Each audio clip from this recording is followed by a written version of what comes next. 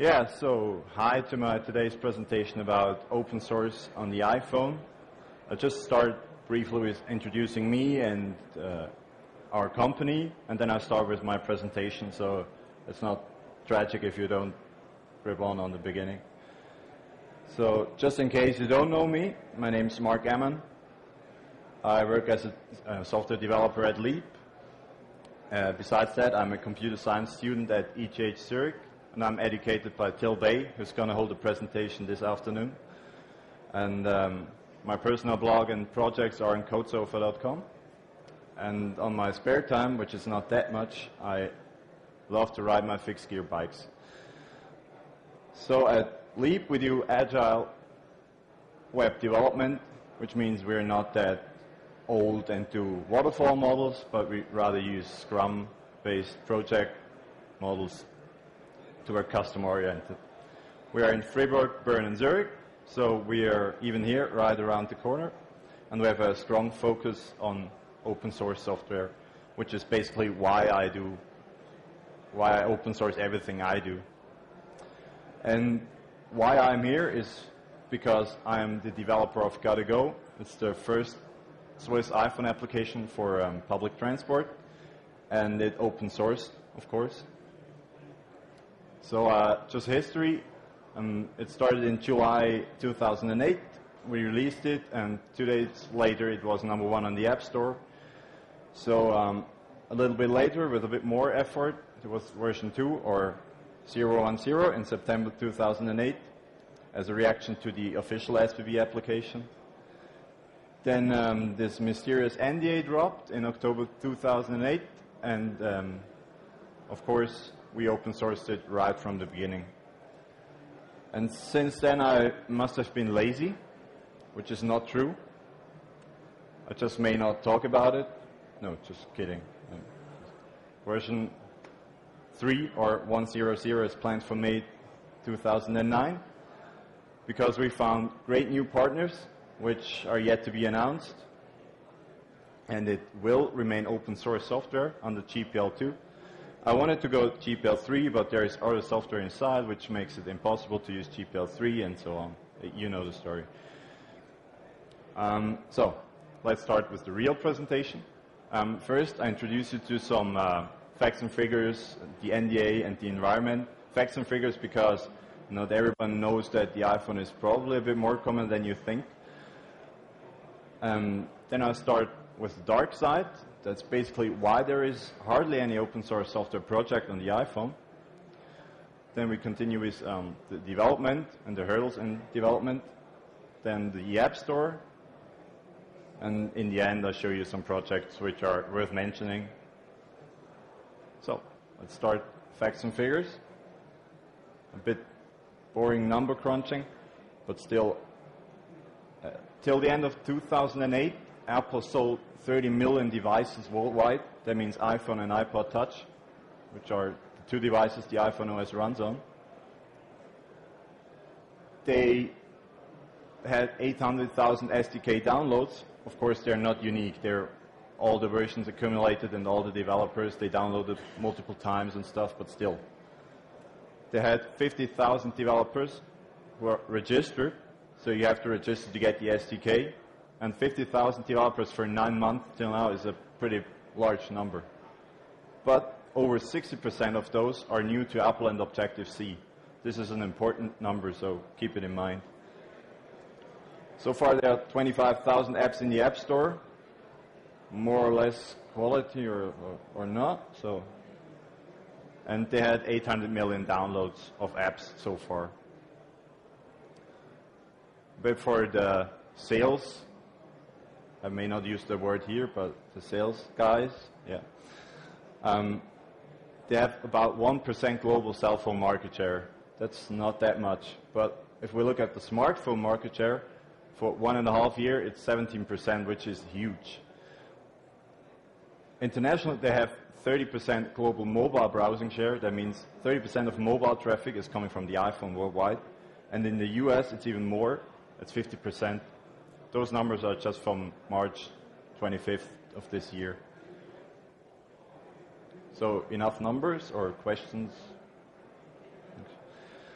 We start with the NDA. You may have heard about this mysterious non-disclosure agreement, and it got introduced with the introduction of the software development kit in February 2008. It basically states that you may not talk nor write about anything the iPhone contains, or the iPhone software contains, or what you're developing with, or you can just post your tips online or in blogs or anything. Got then lifted in October 2008, as I mentioned earlier, after massive critics from developers who were really not happy with what's going on inside of Apple. But there's a huge but. It still applies to unreleased software. That means any software which is not yet released from Apple is still under that NDA. So you may not talk about any upcoming software releases. So an interesting trivia, you can search on Twitter for fucking NDA and you find a lot of interesting tweets. Of course, this applies to the SDK 3.0, which just got announced in February, which is pretty pain in the ass because they have 1,000 new APIs or something, and you may not talk about it again. And later in there must be November, they took the rejection letters under NDA after they had massive critics against those criteria inside of Apple, because no one really knows when a software is getting into the App Store and when not, so they just took it under the NDA. So is this ridiculous enough? It gets even better. The joke is, everyone may download the SDK, and of course may look at the API. So Microsoft can come along and take the API, which they did. They have the software in the App Store or whatever. So the right question would be why? Well, that's probably under NDA inside of Apple.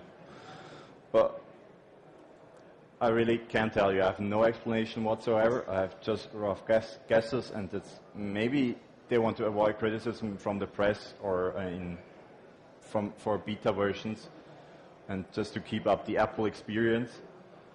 Or maybe it's just to kill open source from the very beginning, because you'll see later it's really tough to develop open source when an NDA is in place. So, the environment we're in. First, I talk a bit about how you get started with development. Don't worry, no Objective-C talk here. First, you need a paid account to develop on the phone, which you then have to use to download your certificates. But however, you are free to use the simulator. As I mentioned, you can download the SDK and play around with it, but just use the simulator. It behaves a bit differently, but it works. It takes a while until you get accepted, like 2, 3, 4, 5, 6, 7, 8, 9 months. And then you get a ton of certificates to develop on the phone, which basically works like this. You create your own private key on your machine, send it to Apple, they sign it, and you download the profile, which you see here, which you then use to sign your own code and put it on the device. That makes it impossible to develop on the phone without the certificate, which makes it impossible to develop on the phone without a paid account.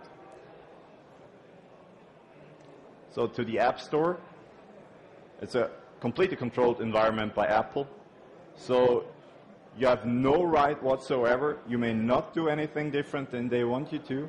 They have standardized fields where you may input your screenshots at a certain aspect ratio and stuff. And you're bound, of course, to their terms and conditions. And sometimes things happen and you won't ever know why. Like there was an application in the App Store, the local CH app. It just disappeared on the day they had it in the newspaper, and Apple had no real explanation whatsoever. They just said, yeah, well, it's a back-end problem. So, yeah, you're pretty screwed if something happens. And they don't even respond to private developers. So, to the process, you basically send your work to Apple. That means you sign it, and blah. And then Apple rejects or approves it on some unknown criteria. And if you get rejected, there is a letter of rejection and a reason. So 2 developers inside of Apple, or quality and assurance managers, tell you what went wrong, and you can then improve it and resend it again. I never had an issue with some unknown criteria I wasn't sure about, but I just did something wrong. So if it's accepted, it's in the App Store the next day, and you can wake up and just realize, oh my fucking god, my servers are going down because the app hits #1 in the App Store, which is basically what happened with Gotta Go.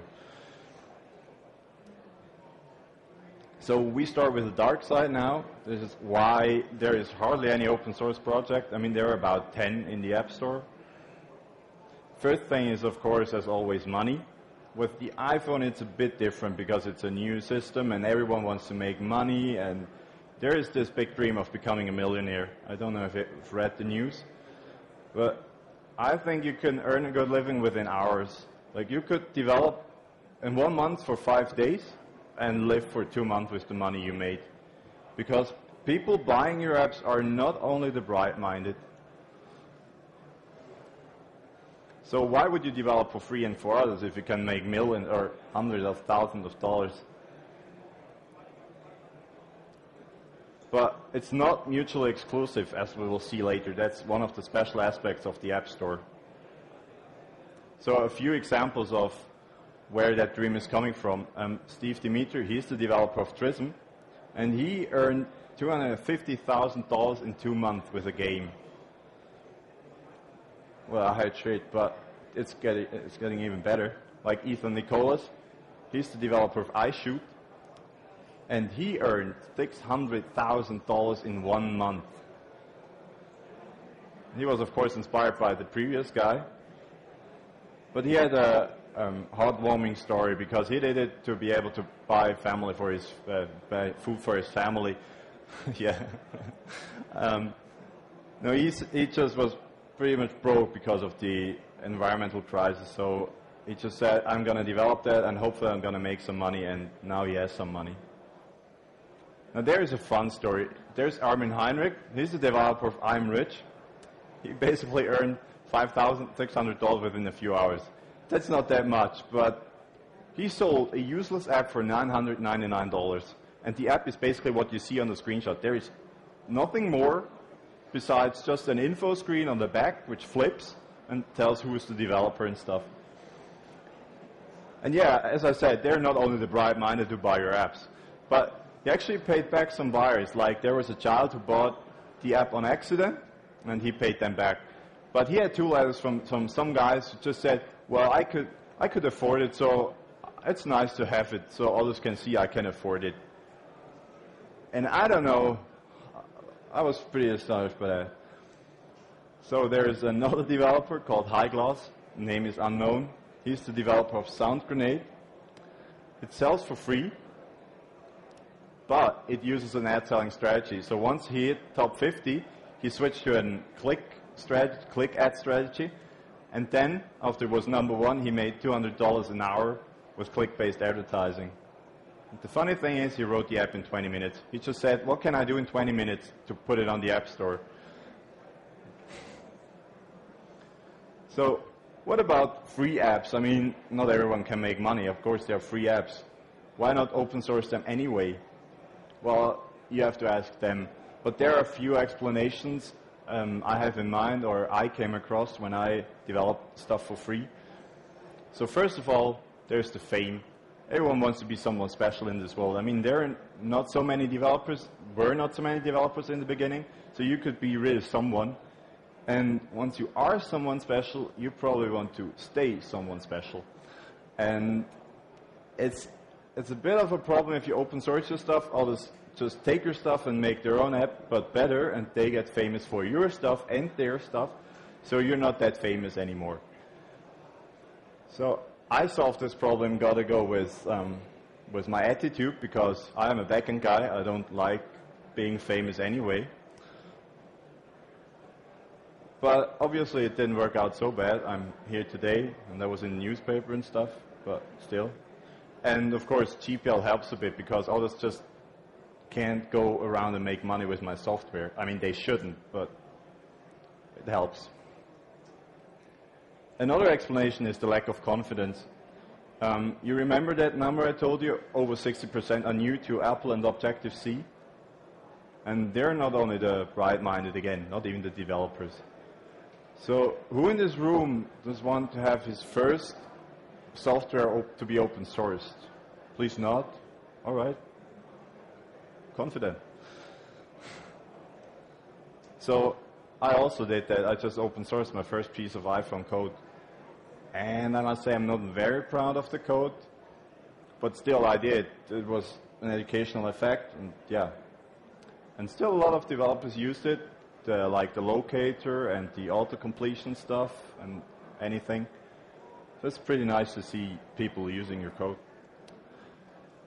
Then the problem with the community, why open source at all if there is no community? I mean, there's hardly a developer around, or was hardly a developer around in the beginning. And you remember? Famous. Everyone wants to be on his own now, because it's easier to get known if you're on your own, and your own name stands on the App Store. So with Gotta Go, I solved that. I mean, I did it for educational reasons. I didn't intend to have a community around it. And I did it to prove a point against the SBB, because they wanted to buy my code, and I just said, no, I wanted to open source it. And they were like, oh, okay, we're going to do our own shit. So they did it, and I was like, yeah, okay, I'm going to open source it, so you paid for nothing, basically. And I actually did it to give others with more time a head start, but the SBB wouldn't take it. So I don't know, maybe some other non-big-ass company comes around and takes it. So to summarize, we have a pain-in-the-ass NDA. We have the money talk, of course. Then there's the problem with the fame and stuff. And last but not least, the lack of experience, which basically makes it pretty hard to develop open source software on the iPhone. So let's start with the development. Let's recap a bit. You may now talk about unreleased APIs. There's a paid sign-up process, and Apple approves your software. So NDA again. You may not talk about unreleased APIs. Now think. What does that mean? That means actually your development code may not be publicly available to anyone. So if you're developing with a new software that's coming out from Apple and you want to be ready when the software launches for customers, you're not allowed to open source that part of your software. So what you're going to do against that? Well, you can't do anything. You're just bound to their terms and conditions, and if you don't comply, they revoke your App Store account. So really? No, of course not. There is a way, but it's not really an open source way. I mean, you have to open your code on request. Or you can use another model, which I use with Gotta Go. I just open source the code I have in the App Store, and the development code is closed. So if people come around and want to develop for the App Store version, I just give them the code for which we use in development right now. Or they just ask me, hey, can you give me the development code? And I can let them in. Because once they're in my development team, the NDA doesn't apply anymore. So that's the trick against this. So if you have a team, you may talk about the APIs, and if you don't have that team, you may not talk about this API. So to Apple, you seem to be a team, but in fact you're not. And here Git helps a lot because you can switch between private and public repositories pretty quick, and yeah, it makes it more or less easy to code public and non-public. But still, line-based version control will be better here because you sometimes have calls to APIs which are not there in your public code and stuff. It's still pretty hard. But there's a bright side to this NDA because the NDA forbids sharing information. No, I didn't turn insane, but the NDA makes people think and not copy. Because in that time the NDA is in place, there are a lot of people who are starting to think about new solutions. So once the NDA is lifted, there are a few guys with the solutions and not just one solution for everyone. It helps to get better developers and educated developers actually. So next in the development process there's this paid sign up. Everyone needs to pay Apple $100 to develop on the device, as I mentioned. the approval takes months, but the SDK is free, however. And that means, for example, the young ones out there, they may not have this $100, and I don't know how many open source developers are willing to pay that big corporation $100. Are there? Oh, no, probably not. And if you just want to get started with developing right now, you can't do that because the approval takes months. And until then, you have a pretty big lack of motivation, probably. There's a but to this. I just read this morning that I may not talk about this anymore, but I just do it. Let's pretend it was yesterday. You can jailbreak your phone, because in the jailbreaking world, you can use the tool chain, which is very well documented until now, and you can use the same SDK as you use for usual development, and once you see, hey, my app's really cool, you can still sign up. Of course, you wait those months, but you haven't paid until you see, yeah, I'm doing something cool. And what I read this morning is, helping someone to jailbreak or even jailbreak your own phone is under this NDA again. So if you do that, or if you say, I told you to do that, my App Store account is revoked. So the usual life cycle of open source software, or software in particular. Remember, Apple approves your app. That means no alpha, beta, gamma, or whatever software is allowed in the store. So you have not really a big way to test your software out there, because you only have 100 testers. But Apple is not that strict about that. I wrote them an email to give me more testers because I needed more, and they never replied, but now I have 200 testing slots. So I don't know. They quietly replied. Then there is the licensing problem, of course. If you want to use an LGPL license, library, you're not allowed to do that in your app, because there is no way of binary linking stuff into your application. That makes it impossible to use LGPL libraries for your own stuff, or if there are some pretty bright-minded developers out there for developing libraries for the iPhone and license it under the LGPL library. I don't know what they're doing, but just keep in mind it's not allowed. It doesn't help anyone. So you can use the ones on the device itself, but they're pretty limited. But you may ask the developers if they could give you special permissions, of course, and they'll give you anyway, but still. So to summarize this again, we have that NDA. You may not publish code so easily. It's not just checking in and code is out there. You have to really watch out what you're publishing and what you're not doing, which is not so funny if you just want to develop open source. I don't want to harm anyone. I just want to give my code out. Then there's the paid sign-up, which takes months and takes away your motivation. Then there are no beta apps allowed, and you cannot use LGPL libraries or basically other licenses which are not really compatible with no binary linking. So to the App Store. Let's recap again. It's a pretty slow process. It takes a bit until Apple approves your software. It's controlled by Apple, and you have no rights whatsoever. So controlled in the sense of you need your own end user license agreement. It's not possible. You have to use the Apple ones. That's a big deal breaker for some projects. Do you have any issues with your software, like security-wise saying, because open source software has sometimes problems with open source software, with security? Or it needs 0-day patches? Well, guess what? It takes weeks until your software is updated. And even if you manage it to let your software be updated in a week, you have usually the first version issue. Because, as I said, customers are not bright-minded. That means they don't update your software anymore. Remember the Internet Explorer 6.0 disease? It's still there. It took me about 6 months to get like 90% of the API calls to my server on the new software, but rather than the old software, which is a pretty long time span. And this is even worse on a phone. I mean, look at the customers out there who updates their Nokia phone. I don't know, no one. Then there's the paid sign-up. Yeah, of course, we heard that, but there's a paid re-sign-up. So, yeah, you have to pay yearly those $100, and if you don't, your app will most likely disappear from the App Store.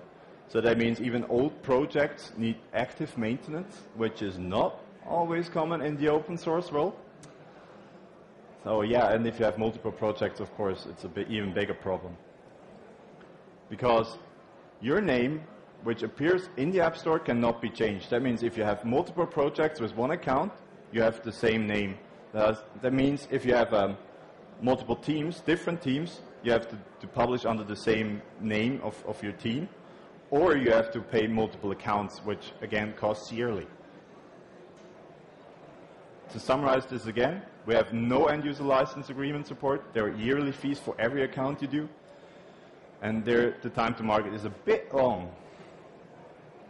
So I have 2 minutes left, and I just use them to present you some open source projects, because we win in the end. So in the store we have the WordPress application, which is basically open source since October as well. Then we have even a game, Wolfenstein 3D, which is awesome to play. And Colokai Mobile, it's under a BSD license. But the point is, Wolfenstein and Colokai cost in the App Store, but they're open source. So this is really great, because you can open source your software and still make money for it. I mean, I don't have a problem with making money with my software. It's just impossible to make money with the software and open sourcing it in the real open world. So, and I don't have a problem to pay for software, but I like it to be open source so I can patch it myself if I need to. And this is unique to the App Store, because the only distribution channel is the App Store. That means you have the sole right to sell your app through the App Store, and no one else does. And you can open source it in the background. So no one else will be able to sell your software anywhere, or even build your software for others for free, because you have that certificate issue.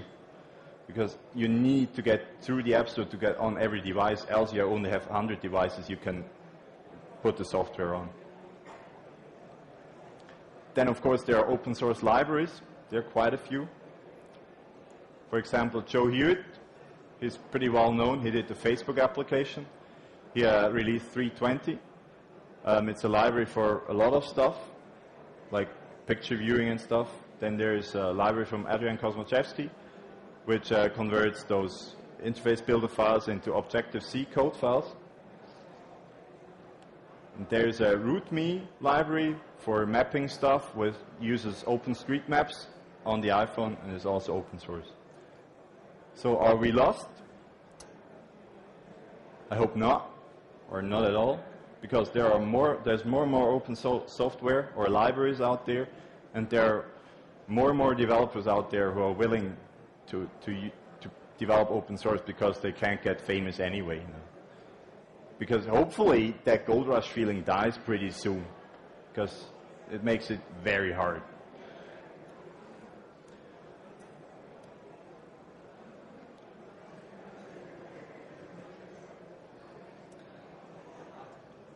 So, questions? Okay, thank you very much. If you have questions, please speak into the microphone and say quick who you are so we can record it.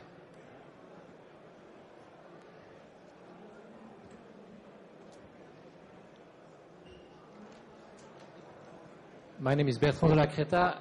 I wanted to ask, do you think Android will force Apple to open up their stuff once Android becomes more popular? I don't think Apple is too arrogant to do anything because any other company forces it to do it. So I don't see any way of Apple really opening their stuff up because it works.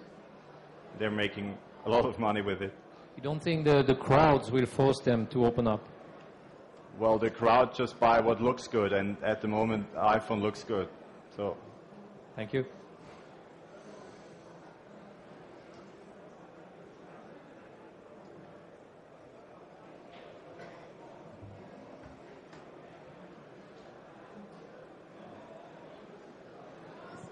Hi, it's Tobias from ETH Zurich. I would need a few more comments on the issue with linking to LGPL libraries. Is it a legal issue or is it a technical one? it's a legal issue. I mean, you can't just use binary code in your application. You need to compile everything into one package and send it to Apple, so you can have any other packages around there. So it's basically a legal issue, because you can ask the developers to take it under a GPL license or whatever, and not take it under LGPL license. So it's a technical issue because it's C, and it's a legal issue.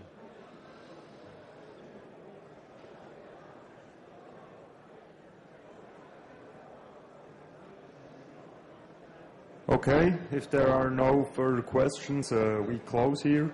Thank you very much again for this inspiring speech. And he is around by LAAP, I think. Leap, yeah. Leap, yeah. When you have further questions. Yeah. Thank you. Thank you for having me.